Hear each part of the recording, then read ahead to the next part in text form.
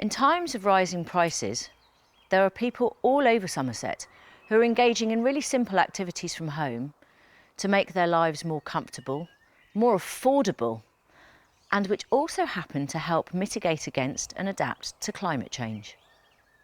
We moved into our house 5 years ago. It's an old stone farmhouse. It's quite chilly. And the first thing that we did was we increased the loft insulation to 30 centimetres from 10 centimetres in the main part of the loft. And we used a recycled rock wool insulation, which was bagged for that. And I did it myself in an afternoon.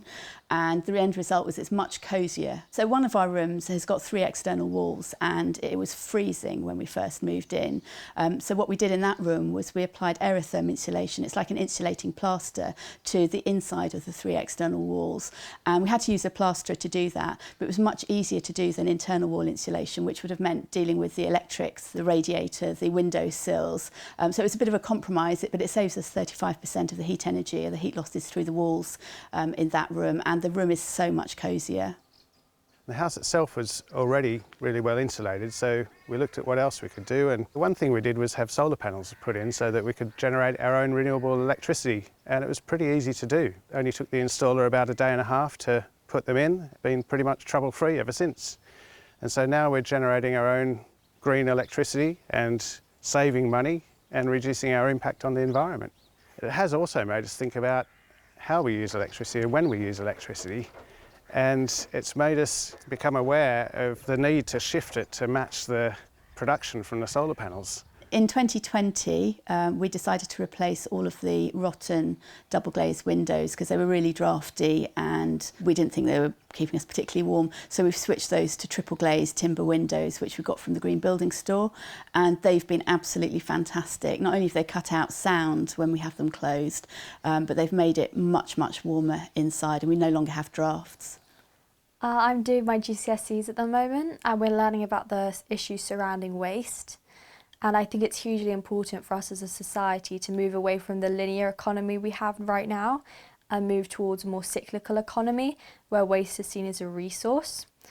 To do this, we also need to reduce the amount that we're buying. So because of this, I'm trying to buy second-hand clothing, and I also try and buy from Depop and other online shops that sell second-hand clothes.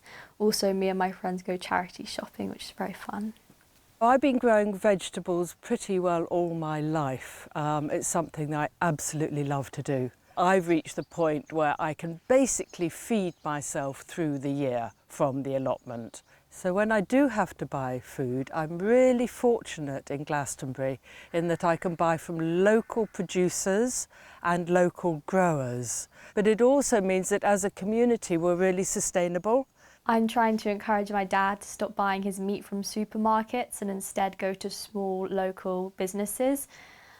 This is so we can ensure our meat hasn't been intensively farmed, because intensive farming produces huge amounts of methane. One of the projects I've been involved in is with our local community, that we bought a field that was heavy agriculture, maize, lots of chemicals on it.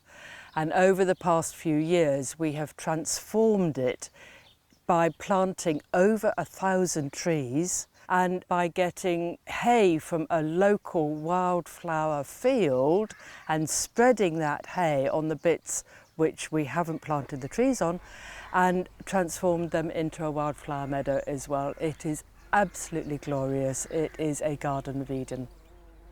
Half the light fittings were LEDs, but the rest weren't. So that was one of the first things that we did. We changed the remaining light fittings to LEDs. There was even a 100-watt light bulb in the living room, which I've not seen for about 10 years. So I've kept it because it's a museum piece. But we changed all of the light bulbs. So that saves a lot of energy, around 95% compared to standard light bulbs. So one of the ways you can save energy is by turning down the thermostat, which I try to do, but we have an ongoing battle in my house because my husband keeps turning it up. So what I really need is one of those digital controls so I can control it from my phone. So we switch off lights when we're not in the room and switch off appliances when we're not using them, because the greenest form of energy is not to use it in the first place. So running the heat pump is actually cheaper than buying oil to run an oil boiler. So we're actually saving money in our house as well. And a nice side benefit of it is that it maintains a nice steady temperature through the day and night, right through winter, so the house is nice and cosy as well.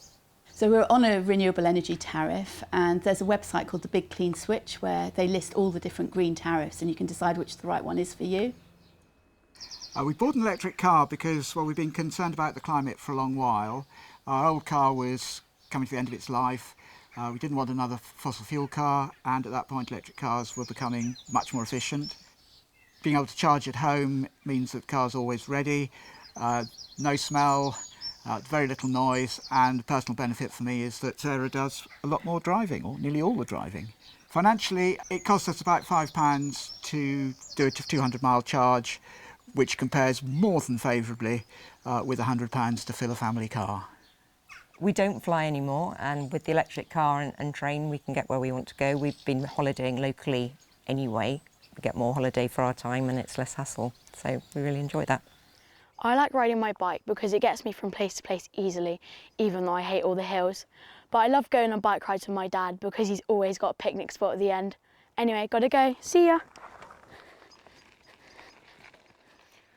When we're trying to make the world around us a better place, it's really important to remember that we're not alone and that there's people all over Somerset engaging in really small but really beneficial activities from home.